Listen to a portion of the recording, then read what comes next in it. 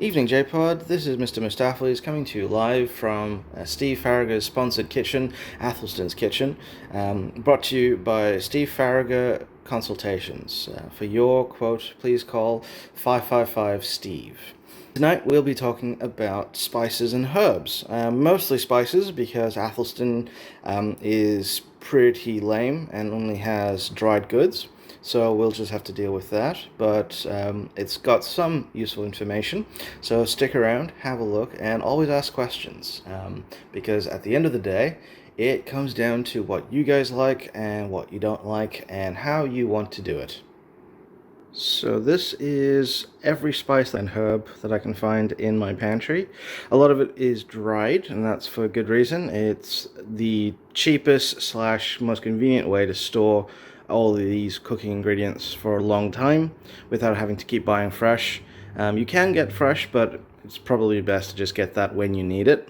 With general everyday cooking, there are a bunch of things you can do with a small amount of ingredients. When it comes to taste, it kind of depends really on what you're wanting to do. I usually look at a recipe or a bunch of recipes over the same thing and see what they're changing. The things that they change, I will then try to see, do I have that? Is it expensive? Should I get it? If you think that you should get it, look into how expensive it is. If it's too expensive, have a look at the other ingredients they use and see if it's still attainable, and just experiment.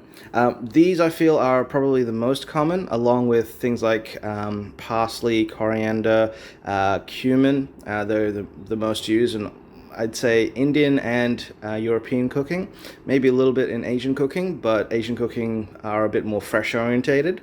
The chili powder is for kick. You can either use chili powder up there or chili flakes. It cuts down on your prep time. Then blends. Blends are your saving grace because you can definitely cut a lot of this out if you just stick to blends.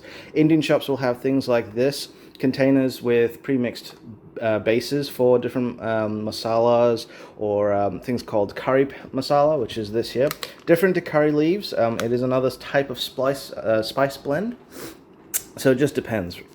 You've then got things like mixed herbs, which is more European orientated, so you can always play around with it. The other things to look at will be your salt and pepper. Fresh pepper has always been advertised as your best friend. It tastes better. It kind of depends. The one thing I would say is look into what kind of salt you use.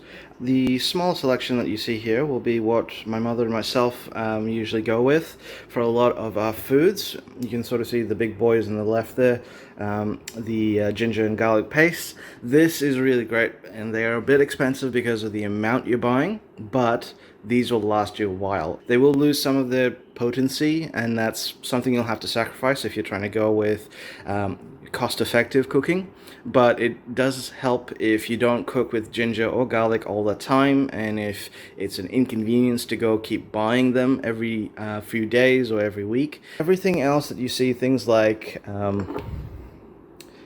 dill, or what's this, fennel, oregano. Where's the oregano? Somewhere. Oh, there it is. Those are more flavor orientated. You kind of have to taste a lot of this stuff. In the beginning, I would say stick to these and just look at how you're putting them into the dish. Will definitely help how you put how the dish tastes. Starting with your vegetables, or do you coat the vegetables and your meat with these first and fry them and then cook them? Are you making a curry? Are you doing something grilled? Those are all things to look into, and it just depends. It comes down to the person, the personal taste that you like, and the personal taste of the people you're cooking for. So, Mr. Mustaflis, what do you think about that? I think you definitely hit the nail on the head there with those details.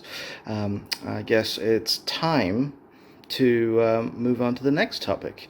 The kids will definitely feel the information flowing through them and be able to taco it somewhere into their own cooking. But for now, let's parsley this off to the editing floor, and then Steve can definitely flex on all the important information and all these delicious goodies that he helped sponsor.